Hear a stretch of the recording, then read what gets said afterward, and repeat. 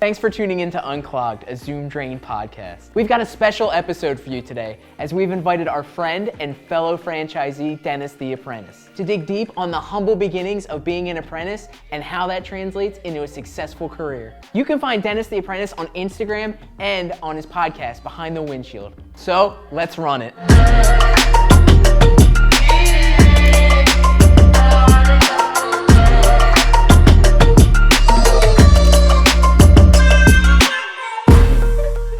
So you're a drain cleaner in New England. Drain New England. I'm in Maine right now. Awesome. So did you imagine you were going to be a drain cleaner? Not at all. It just kind of fell in my lap. I decided about 2 or 3 years ago that I wanted to move to Maine, and I just started filling out applications for everything. Yeah. And Zoom Drain got stuck with me. So very cool. That's how that happened. So I'm not sure it's stuck with you. I think there's some good things going on there. Oh, there's good sure. things, but yeah. I am a character, and I do get stuck on the craziest of jobs sometimes, and find the most unique things going on. So cool. It's a win-win for us all. Awesome. So what were you looking for in a job? I have no idea, to be honest. I was just put applications out. Just put in applications. I was just trying to make money. Trying to make money. Try to do something. I didn't want an office job because I don't like sitting in little confined spaces all the time. I wanted something to where it would be changing and growing and doing different aspects of the job, and then also something that was going to be a little physical to kind of wear me out, so I could, go home and go right to sleep. Right. So that's drain cleaning. That is drain cleaning, yes, sir. So what attracted you to Zoom Drain? Well, I did the interview and I talked to Cindy over the phone first. She seemed like a really nice lady, our dispatcher / mom at work. Okay. And then talked to Sam, and it just seemed like an interesting route because I never really understood what drain cleaning was. Like, I didn't think it was a real thing. I just thought people was able to do it themselves. But after talking to Sam and figuring out exactly what they do, and then learning how to pipe and doing all different types of things, just really interested me because it was something at the time I've never done. So very cool. I just wanted to give it a shot. So you took it on? I took it on. Awesome. So did they have an apprenticeship? Mm-hmm. So tell me about what was the apprenticeship like? Apprenticeship was you would ride around with the other technicians and just help them out on jobs and kind of watch and learn. And then after a while, they will train you on a piece of equipment. And then, job permitting, they would allow you to, get your hands dirty and try it out. Sure. So on the job? Mm-hmm. On the job, yes, sir. So did you have to pay to learn? No, sir. That was another good thing is didn't have to pay to learn. They paid me to learn. So. That's one of the cool things about an apprenticeship. You get paid to learn. Yes. Instead of paying to go to college. That's the absolute beauty of it. And I tell people all the time, it's cool to go to college and whatnot, but if you get somebody else to pay for your education, I'll go for it. Absolutely. So. Very cool. So how long was your apprenticeship? Like how long until you got into a truck? Well, it was very sporadic because I came when COVID hit, so that was fun. I moved to a different state, got settled, and then COVID hit, so it was like, well, I can't do nothing. So it took like about 9 months, give or take, but it would have probably been sooner. Again, it had not COVID happened, and it kind of slowed the progression of a lot of things for a lot of the guys. So. Sure, but about 9 months. About 9 months, give or take. Mm-hmm. That's not long. Not at all. And then you're in a truck making money? Yeah, I was in a truck making money, and so what happened is I went on vacation back home, and then I came back, and they were like, one guy's hurt, so you're in the truck. Like, we're ready to go. So I was just like, okay, well, let's go. Awesome. Awesome. I tell apprentices that all the time. You have no idea when your day's going to come up, right? You got to be ready. Yeah. Just be ready and open. And It's like you never know. It's like sports. You might be a backup, but somebody might go down or something might happen, and you got to be ready to roll. It's exactly like that, for sure. And so many times, you can draw out on paper a plan, but that's not how it actually happens in real life, right? Yeah. That's with everything. I tell people all the time, it's you can have a plan, and that's cool and all, but you also got to be able to adapt because you never know what's going to change, and you never know what's going to happen. Right. So how did they know you were ready? Like, what did you do as an apprentice to help them see that you were showing up and you were ready and willing and wanting this job? I showed up not on time, but before time. I would go the extra mile. I would do things that were not asked of me. Okay. Just I saw that it needed to be done, and instead of saying, hey, do I need to do this? It was just, I'll just go do it. Right. And then also nagging. I just kept nagging him, like, I think, honestly, like, you probably asked Sam or Cecil III and everybody in the office, like 3 months in, I was like, all right, cool, when do I get my truck? Like, I'm ready to go, like, let's go. So I was just showing up, doing the work, putting in effort, awesome, being willing to take criticism, and like I said, just a lot of nagging, really. Very cool. In your experience, were there apprentices that did not work out? Yes, there was a couple that didn't work out. What was the cause of that, do you think? Like, what characteristics did they do that helped them not work out? I think fear. Fear? I see a lot, not even just in this job, but previous jobs, is people are afraid to do something because they don't want to get yelled at. Yeah. So they're afraid to mess up. So they're just like, oh, well, you didn't tell me to do X, Y, or Z. But it's like, you've been here long enough. You should know the routine by now. Right. I shouldn't have to tell you step by step how to do, right, these simple tasks that, you should be doing to begin with. So just being able to take criticism and not being afraid to, mess up.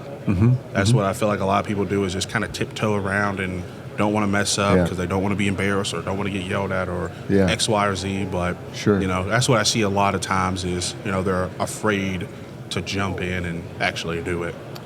Very interesting. Yeah, I think we learn so much by failure, right? Oh, yeah. But in school, like, if you miss one, you get in trouble. Yeah. Right? Yeah. You get a minus, and it's like, I don't want to make a mistake. But in life, you got to make mistakes. You got to make mistakes. You're going to make mistakes. You might not do it right every time, and things are going to fall apart, but you got to be able to be like, okay, well, this is what I did last time. It didn't work. So now I need to adjust my thinking and learning and to be able to continue to keep going forward. Right. Right. Can't be afraid to make mistakes because that's the name of the game. You know, sometimes it's guess and check and like, oh, let's try this first. Oh, guess that and didn't check, work. and I like that. Let's do that. So gotta be okay with messing up, essentially. Yeah, and for sure. Not only messing up, but owning up to your mistakes. If you mess up, let somebody know. There's no need to hide it.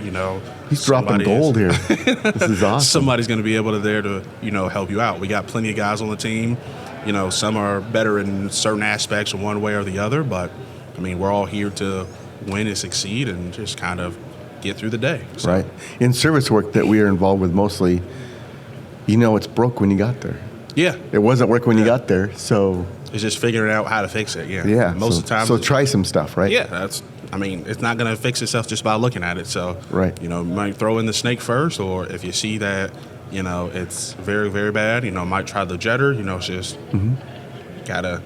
ain't nothing to it but to do it. So, what's been a surprise now that you're a professional drain cleaner, right? What's been a surprise that you didn't expect, that a good surprise out of your career? How much it has taught me about home ownership. Okay. So, tell me more. Before I moved to Maine, when I was living in Ohio, I was looking at buying a home, and I felt I was ready for a home because I had previously went to a trade school for facility maintenance, so I had my hands a little wet on everything. Okay. But when working at Zoom, it's opened my eyes to what to not put down the drain, what to put down the drain, how drains operate, what to look for in a drain, like what drains may fail, learning about electrolysis, learning about different pipe types and all that other fun stuff.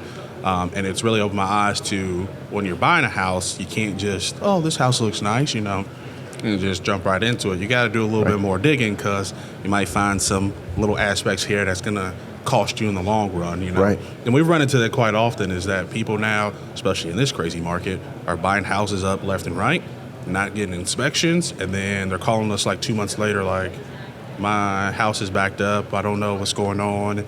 And then we get there and they're like, yeah, I just bought the house 2 months ago and I can't flush anything. Right. Like, did you get a sewer inspection? No, they told me I didn't have to. Yeah. And it's like, well, we get it cleared out, show them the line. It's like, oops, your line is butchered. So now you have to make your mortgage payment and also pay to repair your main line, which is not really cheap. So. And you just put all your liquid money into your down payment. Yeah. That's the, so it's just, it's a horror story. And then, happens all the time. And it's still a learning process, even in the 2 years that I've been here, there's more stuff we're finding out and just kind of seeing. And so even the guy that's been with our franchise since the onset of it, he's 6-7 years in, he's still finding some wonky, crazy stuff. So right. It's ever adapting and ever changing, but it's it's a lot that goes into it. It's not just, oh, you just pipe this here, flush a toilet. Yeah. You're all good. Yeah. There's multiple variables in between there that can cause issues galore. Awesome. So you've been doing it 2 years. Mm-hmm. What are you going to be doing 2 years from now? Hopefully running grease. Running grease. Mm-hmm. We do, we pump out grease traps. Okay.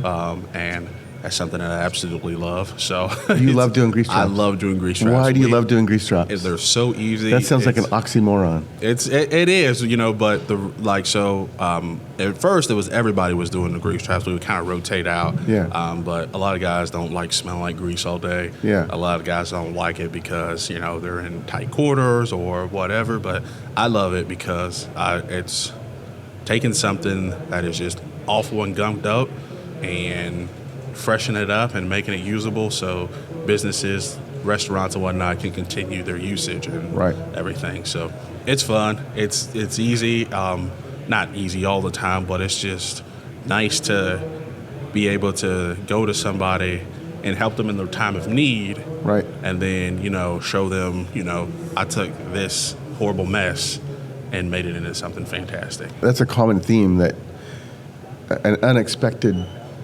thing that you get out of your job is the joy of helping other people. Oh yeah. That's one of the best parts of the jobs, is especially when they've had several other people come over and they couldn't figure it out, and you're able to figure it out and get them up and going, and then that's kind of like, yes, you know, it's like I beat all these other guys out. So that's another good part of the job too. Awesome. Is there a mentor that sticks out in your experience so far that you want to thank for, or that has just been extra helpful to you in your career as a drain cleaner? I mean, really everybody at the shop. You know, everybody's real helpful. There's James Miller. You know, it's always nice calling him up about, you know, difficult tasks. Joe Gould, he's our top dog there. He's definitely been helping me out all the time. I still call him constantly. Do they yell and scream at you and call you names and tell you you're stupid and all that kind of thing? No. I mean, of course we rag on each other all the time, but they're helpful. They're helpful, yeah. They're very helpful. Yeah. You know, we got Sam Marciso, the second and third, that are very helpful, and they are, you know, it's always great to talk to them and kind of run down stuff with them. And again, I nag both of them about doing more and more grease, so I'm sure, you know. And then our dispatcher, Cindy Malloy, she's fantastic, gets us out there. And then, you know, we have the guy that I started with, basically Tyler White. He's always willing and able to help out me. We have Sean Gould. Again, he's more of our install guy. Sean Gould and Matthew Parody are our install guys, and, you know, again, they are always willing to come out and help, and I'm willing to do the same. That sounds like a completely different than a lot. You hear horror stories about trades and apprentices and guys not getting treated well. It sounds like you got a great environment over there. Yeah, we got a great environment. Yeah, we like I said, we rag on each other all the time, but again, it's like a brotherhood. It's what we do. You know? It's no ill will against each other. We just, you know, you gotta have fun. Oh yeah. You know, we work and poop, and so we just kind of pick on each other and, you know, get it going. But at the end of the day, we're, you know, a phone call away to kind of help each other out at any means necessary. Very cool. Well, Marcus, thanks so much for coming on. No problem. Thanks for having me. You got it.